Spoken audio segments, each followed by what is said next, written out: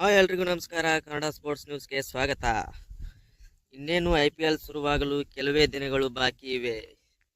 KL Rahul Delhi capital ತಂಡದ ನಾಯಕ ಸ್ಥಾನ ನನಗೆ ಬೇಡ, ನಾನು ಪ್ಲೇಯರ್ ಆಗಿ ಆಡುತ್ತೇನೆ ಎಂದು ಹೇಳಿದ್ದಾರೆ. ದೆಹಲಿ ಕ್ಯಾಪಿಟಲ್ಸ್ ರವರು KL ರಾಹುಲ್ ರನ್ನು ಬರೋಬ್ಬರಿ 14 ಕೋಟಿ ಕೊಟ್ಟು ಖರೀದಿಸಿದ್ದರು. KL ರಾಹುಲ್ ರವರು ಪಂಜಾಬ್ ಮತ್ತು ಲಕ್ನೋ ತಂಡದ ನಾಯಕನಾಗಿ ಅನುಭವ ಹೊಂದಿದ್ದರು. ಆದರೆ ಈಗ ದೆಹಲಿ ತಂಡದ ನಾಯಕ ಸ್ಥಾನ ಬೇಡವೆಂದಿದ್ದಾರೆ.